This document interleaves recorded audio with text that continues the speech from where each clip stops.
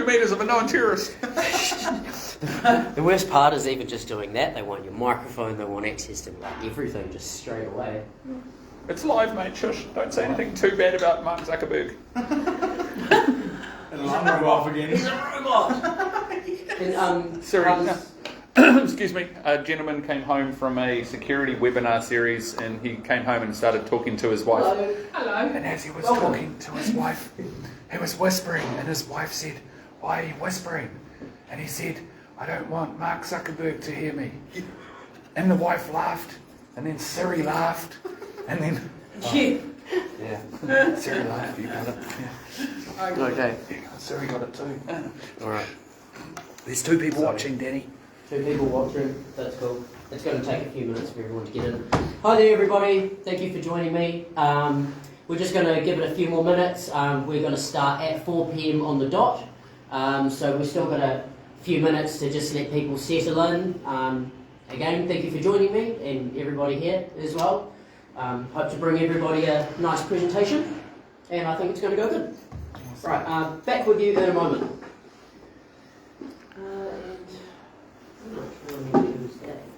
Hi, I'm Danny. By Hi, the way. I'm Tara. I've been. Oh, hi Tara. Lovely to meet you. And you, sorry for that. Ah, don't worry about it. Don't even worry about it. Nice. Just the colour when you're walking in and out, the focus is changing. Is it? Colours. Okay. Yeah, nice. Thanks, mate. Yep, so we've had a pretty interesting past half an hour already. The library has tried to lock us out with the alarm. YouTube has said no to putting up a live video to begin with. So here we are live streaming on Facebook. Please, for anybody that is watching, share it around to all the appropriate channels and platforms and people that are interested. Feel free to drop any comments down in there. I've got my brother Chris looking after the live stream at the moment. And yeah, we'll get started in a moment. No, look at my bloody clicker at home as well, so I'm going to have to look real awkward doing this. But yeah, pretty much good to go, eh? Good times. If you want juice or anything like that, tea or coffee, it's just at the back there. So. Awesome. Is it hot chocolate or? I honestly don't know. I think it's just tea and coffee. Bugger, yeah. How's that for in frame? Can everybody hear me that's watching live? Everybody here can hear me pretty easy enough, but can you let us know at this end if you can hear okay or not? Yep. I'm never really sure if people can hear properly on the other end, so cool. Awesome, well we might as well get started then, shall we? Cool. Hello everybody, thank you for joining me today. My name is Dan. I will be your host for this journey into the cannabis plant. There's a lot to learn, and I've had to break pretty much a massive wealth of knowledge down into what I hope to be about an hour-long presentation for everybody. We're going to walk through the ups and downs of what I've been through and my experience in the pharmaceutical and hospital industry. And we're going to then break down the cannabis plant, and we're going to look deeper into how it can benefit us in various different ways. Right, so welcome to the journey from harm to health. Serious illness through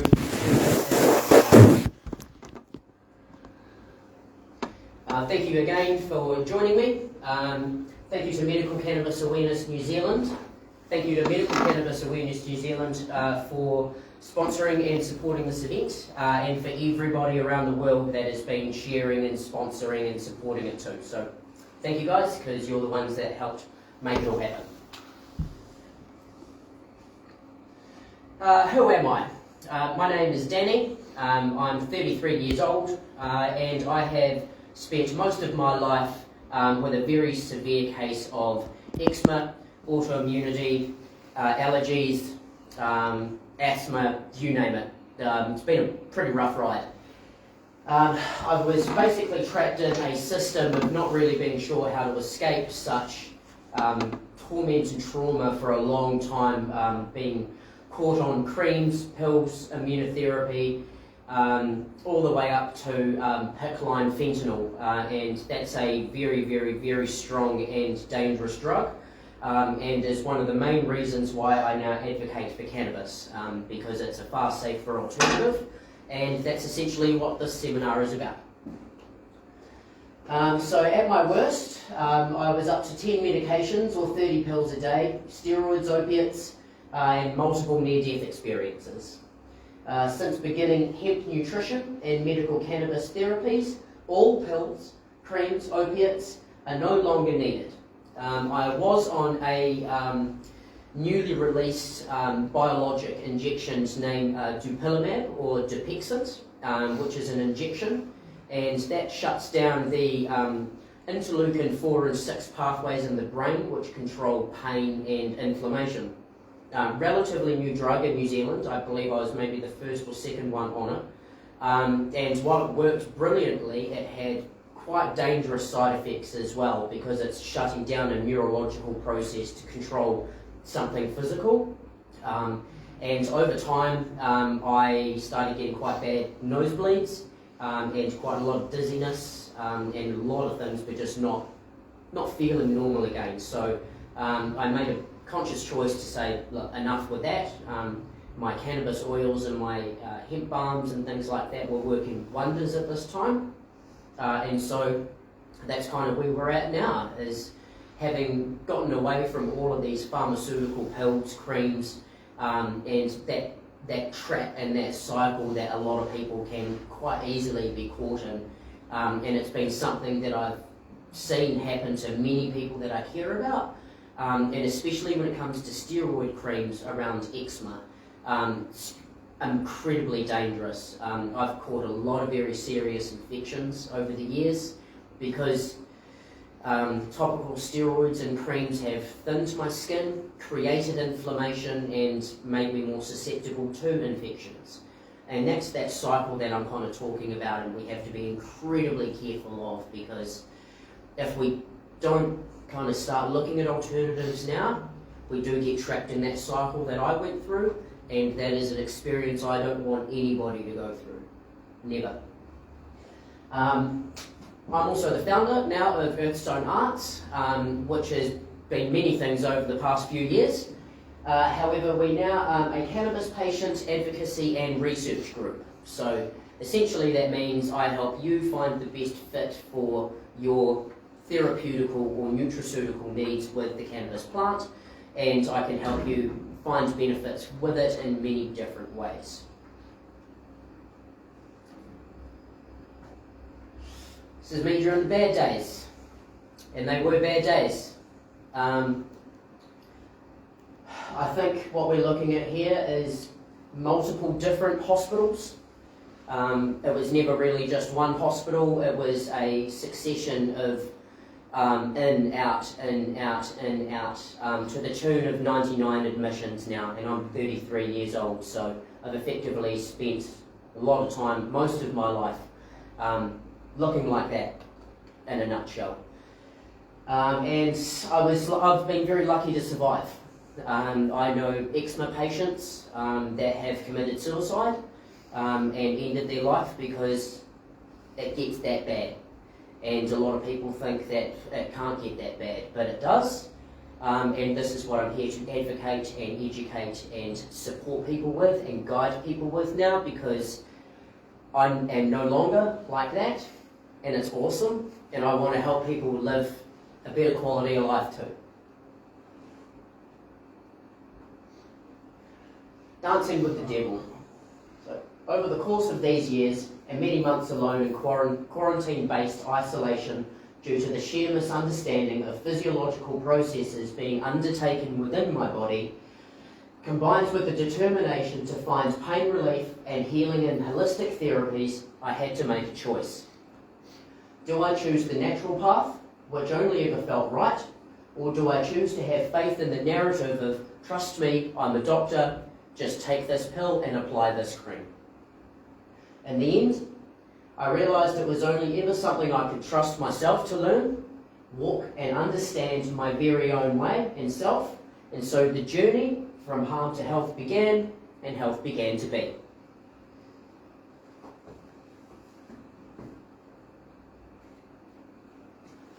Here we are in better days, and they are better days. And yeah, it's been about 4 years, I think, since I really started utilising cannabis and hemp-based treatments, therapies, foods, balms, oils, soaps. I tried everything, basically. Some things have worked wonders. Some things have been a little bit hit and miss. For me, personally, I have worked brilliant with a full spectrum hemp oil, a full or a whole plant cannabis based oil. So that's your whole plant, not just CBD or THC. That's your whole plant formula. I found it works wonderful with me when mixed with coconut oil, MCT, because it's a brilliant metabolizer into the body. And I have found the most wonder with my skin with hemp root balms, or cannabis-based balms, cannabis root specifically. And these can be infused with things like shea butters, cocoa butters, essential oils, small amounts if you do have broken skin, because it can sting and can create agitation, which is what we're trying to avoid. And through using different healing and healing pathways with this particular plant, i.e. drops are one thing, that's one healing pathway into the body. Applying topically is a totally different physiological healing pathway. So you can create a multi-level healing effect by utilising different parts of the plant. And it's been pretty interesting discovering all of this over the years, because I knew nothing when I began, and I've learned a lot of stuff off wonderful, knowledgeable people, and it's wonderful to be able to share this kind of information with everybody. So,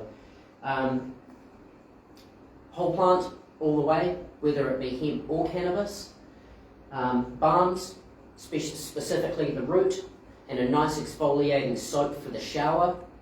Makes you really feel zingy and alive when you get up in the morning or whenever you bathe or shower, I don't know.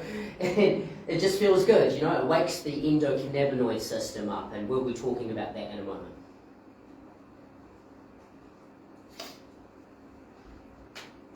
Enter the cannabis plant. So, the discovery of an ancient food-based therapy with an immensely long list of potential uses, benefits, abilities throughout multiple industries. So, what's the big deal, and why is it kept from us?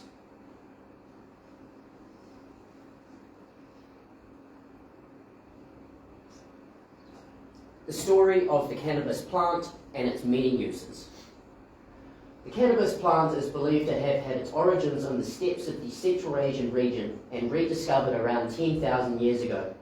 Originally, it was widely used as a staple crop as a food source for its perfect balance and healthy fats, proteins and amino acids, essential nutrients every individual requires for healthy well-being, as well as a fibre source for fabrics, weaving, building and so on.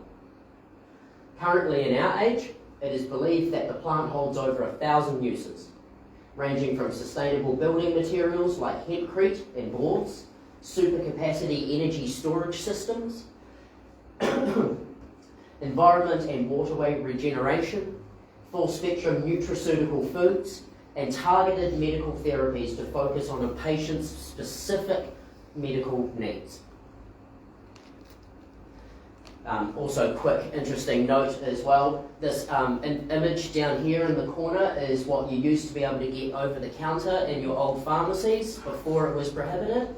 And there's some crazy stuff in these things, like they put cocaine and formaldehyde and all sorts of crazy stuff in these things. And you could get them over the counter, and cannabis indica was always typically used because it's good for sleep and relaxation, and these were basically called the elixirs of life because it had this formula, including cannabis, inside it that changed the game for a lot of people, or kept bugs, flus, illnesses away, or just got you pretty smashed, right?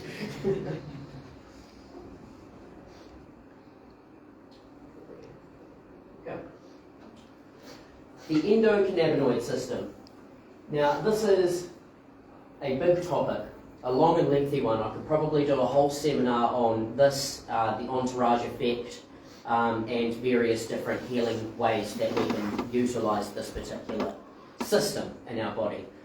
The endocannabinoid system is a naturally occurring receptor system within our bodies that we are all born with. It's been there for as long as that we know of, and it has been kept out of our systems for over 100 years due to these prohibitions around the plants. The reasons why? Have a good look at this. This is my apologies. These are the receptor systems in the human body that associate themselves with the endocannabinoid system.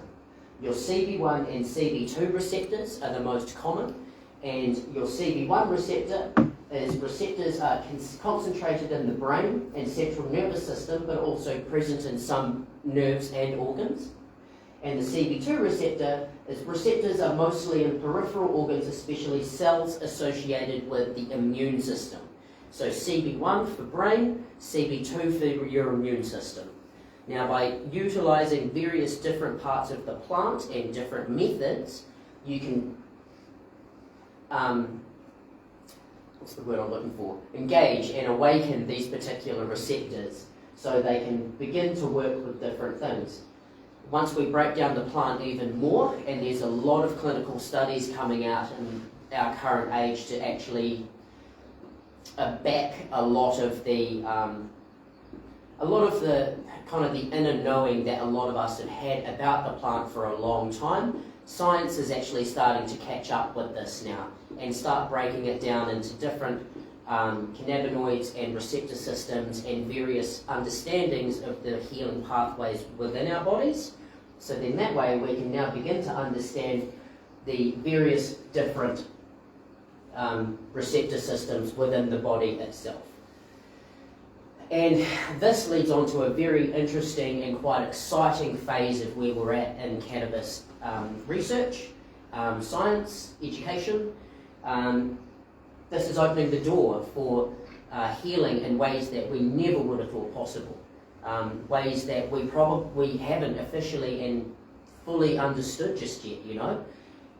A lot of studies and a lot of research is coming out to support the evidence of stuff like this, but it's probably not going to be, you know, it's probably going to be a little while until we fully get to grasp with these receptor systems and begin to understand how various parts of the plant can heal or rehabilitate or just benefit our own rehabilitation and our own healing.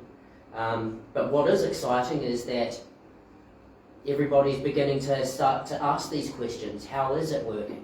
Not just can I get access to CBD, but they're beginning to want to know how this plant is working.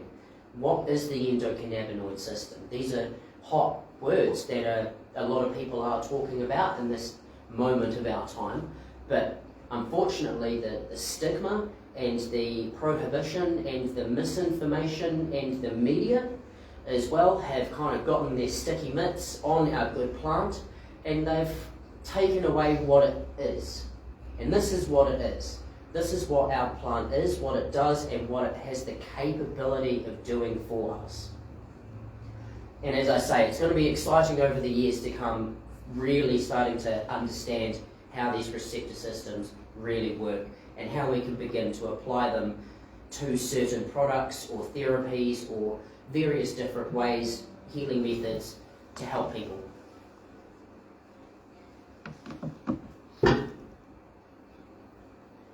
Righto. I'll read this one out loud because it might be a little bit hard to read for those of people that aren't here. So a simple comparison between CBD and ibuprofen. CBD, natural pain relief. Easily accessible information online shows that CBD is safe when used with a titration method, small dosages at a scheduled interval, at high dosages with no harm of overdose as shown by various clinical studies, and again these are easily accessible online. You can Google PubMed and you can come up, type cannabis or endocannabinoid system into PubMed, and you'll get a whole lot of clinical studies to look at. However, care must be taken if under medications or underlying conditions as interactions occur. Now, these can be a little bit hit and miss, but they have been known to work, so it's best that you consult your local cannabis consultant or GP if they know what they're talking about, and find out where these interactions lie, depending on what illness or medication you might be on. CBD acts as a potent anti-inflammatory, pain relief, anxiety, stress relief, assists with brain, digestive, reproductive and skin organs, as well as many other physiological functions, especially when used in various forms, i.e. topical, oils, soaps, juices, hemp hearts, foods, that kind of thing. CBD affects our naturally born yet unfortunately prohibited for 100 years endocannabinoid systems, which regulate and assist in everyday functioning and well-being. CBD has also been noted as a functional molecule, which is therefore known to be beneficial and not damaging to the human body. Right. Ibuprofen, synthetic pain relief. Easily accessible information online shows that it relieves pain. Side effects, however, include upset stomach, mild heartburn, nausea, gastrointestinal and cardiovascular issues with long-term use, bloating, increased inflammation, dependency with long-term use, and a gateway to stronger and stronger pain medications. I know this because I've been there. I.e. tramadol, oxycontin, fentanyl. I've been on all of them, not a good time. Itching and rashes are common. Feelings of being overheated when withdrawing are uncomfortable, and without alternative means of relief, dependency can easily grow in an unsuitable environment. And it also involves major financial interest, risk and control over natural alternatives. Because if you've been on ibuprofen or Panadol your whole life and you've never been offered the alternative, you don't even know it's there, you don't know how it works, and it's very hard to relearn something new once you've been on it for a long time. Unless you're, I guess, joining me here today and you are interested in the alternatives, and that's what it's all about. So again, that's the simple comparison version. It gets a bit more complicated than that too. On to New Zealand medical cannabis. Current legislation and patient information. So again, this could have been quite a few slides that I could have easily put together, but I've tried to break it down a little bit for us today to not make it too confusing, and just give the very simple information for the patients, or for those that are curious. So prescribing to all New Zealand patients is unrestricted. However, we do have a requirement that must meet quality standards, and these are the highest in the world. The New Zealand quality standard is tougher than anywhere else in the world, with aspects of it now broken through many years of advocacy and representation by many. And that has been a very long, hard slog to get this far. Prescription through your GP is available for anybody, for any product, for any condition. I'd like to say that again. Prescription through your GP is available for anyone, for any product, for any condition. You simply need raise the topic and say you desire to give it a go. Your GP can then walk you through what is available, and there are a various range of medical cannabis products on the market. Unfortunately, I am currently prohibited in talking specifically about individual products. That's kind of another part of the legislation, and that makes it quite difficult for me to go about recommending certain products in general. However, what I can say is that prescription or getting prescribed medical cannabis or CBD and now THC through your GP is possible. Simply raise it with them, and if they don't know or can't help you with that particular information, there are other clinics and various other cannabis-based doctors that are out there now in New Zealand that can help you with this. I'm sure people in the comments, if you know who they are, maybe throw their links down, because I can't talk about it, but you guys are more than welcome to. Right. New Zealand has a compassionate clause allowing those who are requiring palliation to have a get out of jail free card with the police. This is subject to review as the products increase in variety, and this is on a 2-yearly review. Some cannabis products that are safely consumed via inhalation overseas, but are only verified as a T here in New Zealand. These are still safe, but the Ministry of Health demands irradiation to sterilise cannabis for inhalation. The most common method, gamma irradiation, reduces potency and terpenes slightly. However, a newer form, E-beam irradiation, is far more gentle on cannabis and does not require a radioactive source. Again, I come back to the highest quality standards in the world that our Ministry of Health is making us jump through simply to have access to this plant. It's a bit ridiculous. And now on this particular note as well, I know there's going to be a lot of talk about there saying, well, what's wrong with New Zealand homegrown organic cannabis? Nothing wrong at all, in my personal opinion.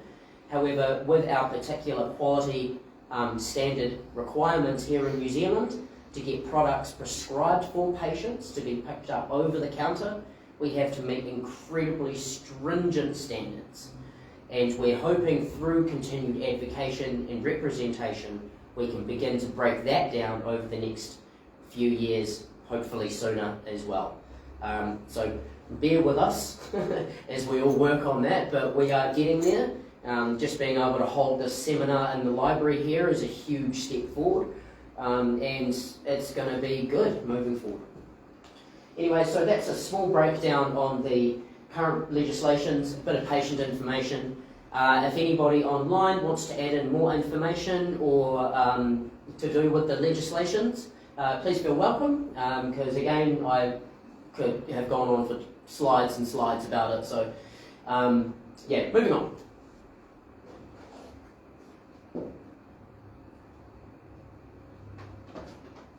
So, where are we stuck and how can we create change?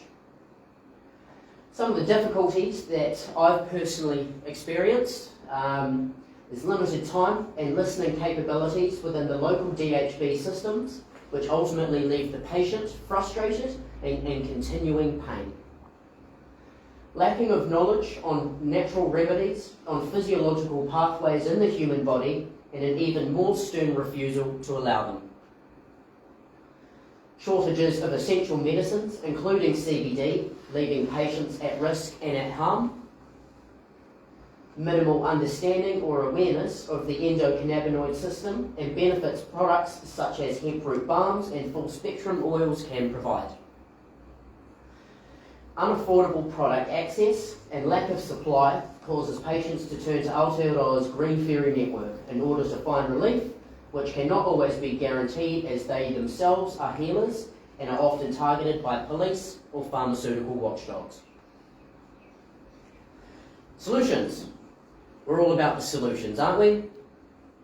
Continue what we know is right, working for the well-being of our friends, our family, and our people. I recommend looking into the Hippocratic Oath as a way of knowing right from wrong throughout this process. This means, at a larger level, putting aside the past 100 years of indoctrinated stigma over a healing plant and begin to relearn the knowledge we have lost in order to understand how we may heal this world at large. With every product innovation, conversation on the street, and intention to bring back a more natural state of being, we begin to create a more sustainable society as a whole. Raising awareness on the benefits, harms, and potentials of industrial and nutraceutical hemp and targeted medical cannabis has never been more important.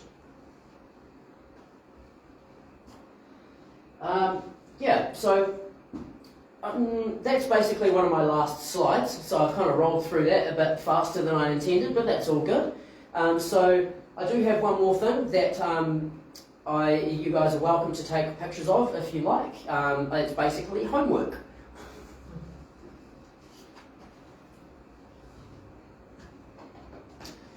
So again, thank you everybody for joining me. This is going to be a very exciting talk that I'm going to try to keep working, refining on. So what if you can't quite see what we're looking at here, we're looking at what's good to learn. The endocannabinoid system, the history of cannabis and hemp, the prohibition of cannabis, the CB1 and 2 receptors, CBD, THC and the entourage effect, CBD for pets, specifically mammals. Now all mammals have an endocannabinoid system, therefore they can be healed using hemp and cannabis.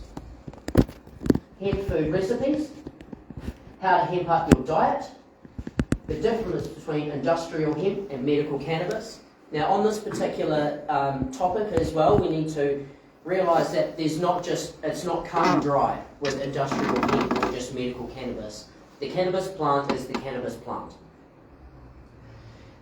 And ideally, it should be used as a food, first and foremost. It should be in our diet every day. It should be used as an oil, hemp hearts, hemp protein powder for your smoothies. Get that into your gut, get that into your diet, have it daily, use it as a supplement basically, and watch things begin to change.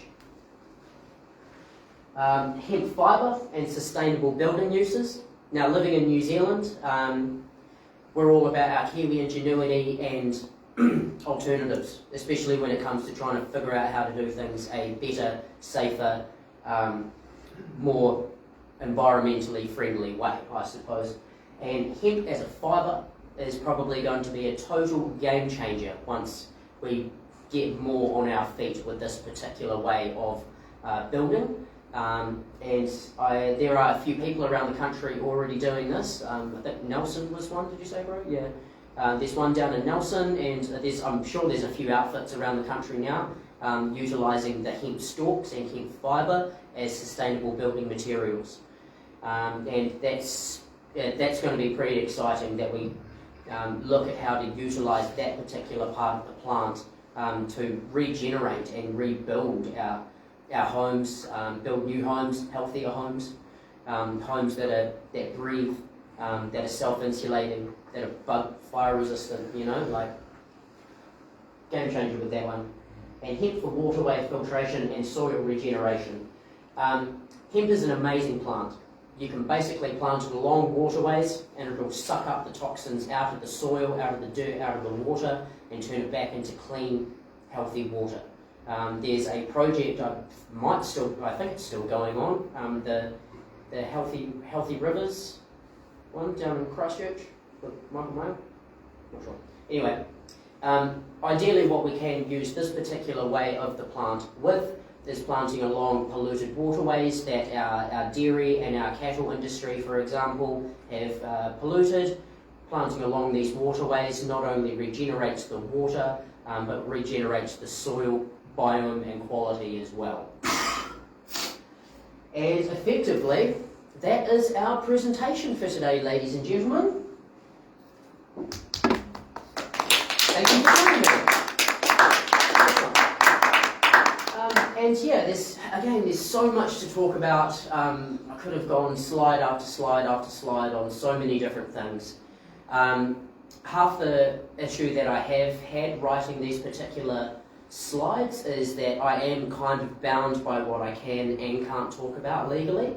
And that's probably the most difficult part about trying to do this teaching and education and consulting and stuff like that, because it's really difficult. I don't want to get in trouble with the law or anything. So I've chosen today's particular way of presenting to give you kind of more of a scientific understanding, more of a medical and physiological understanding of the plant, the prohibition and how long it's actually been around, and what we can discover more of with this plant the more we begin to break down the stigma and start having these conversations more about ways we can utilise this plant. safely, without harm, without risk, because it isn't dangerous. It's been made out to be something that it's not, and I feel personally it could be turned into something that is beneficial, especially in conjunction with other medicines and medications as well. A good example, a personal experience that I had going through chemo was or immunotherapy, which is low-level chemo basically, is that CBD and immunotherapy worked brilliant together. So what CBD did was put a healthy protective membrane around the healthy cells whilst allowing the bad ones to die off.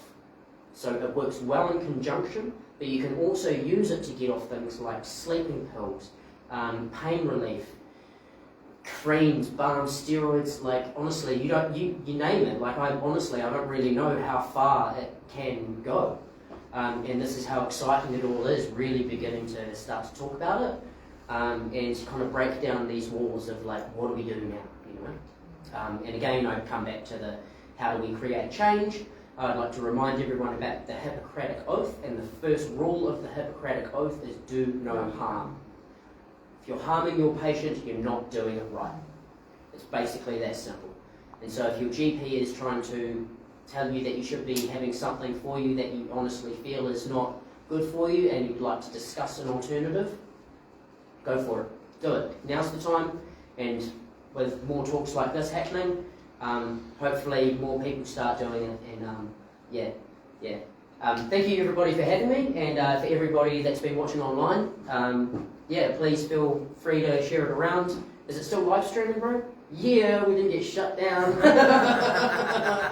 Yeah, because we got YouTube wouldn't let me post like immediately, so I'm glad we made it that far. Thank you everybody for joining me. Does anybody have any questions or wants to say anything at all? For the 4 people that are in here? I have a million questions, but I'll talk to you in a minute. Yeah, of course, yeah, not a problem. Can you buy hemp in the shops, like, I mean, for nutritional purposes? Can you just go and buy hemp hearts, for example? Yep. Like, I've never experienced eating it before.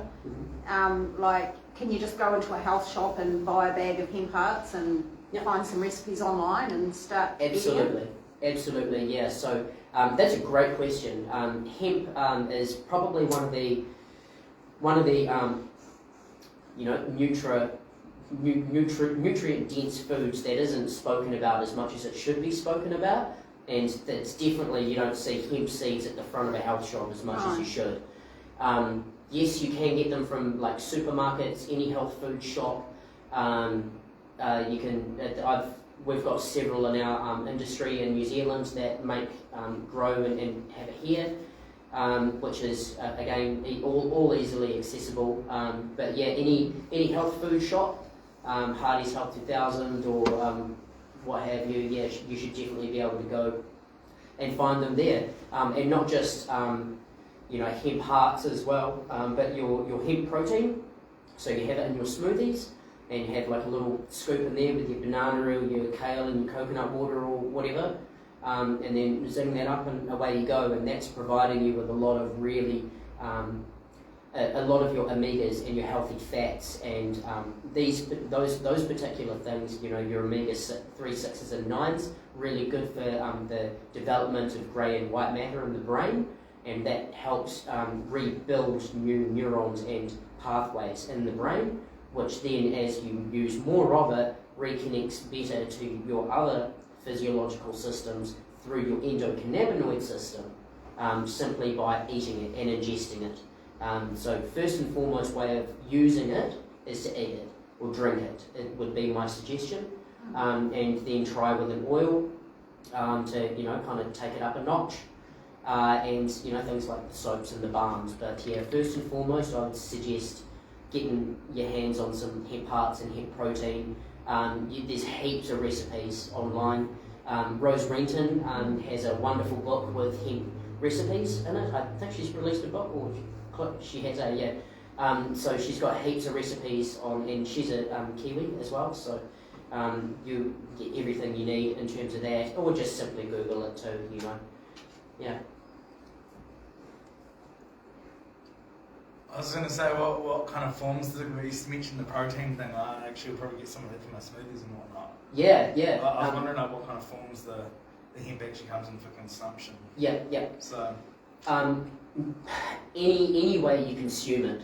In terms of hemp, again, now if we're talking about edibles and we're talking about the THC cannabinoid, that's kind of where we have to talk, very carefully, and that's going to have to probably be a different talk all in itself, because having to break down THC is like that's quite a long conversation. For sure.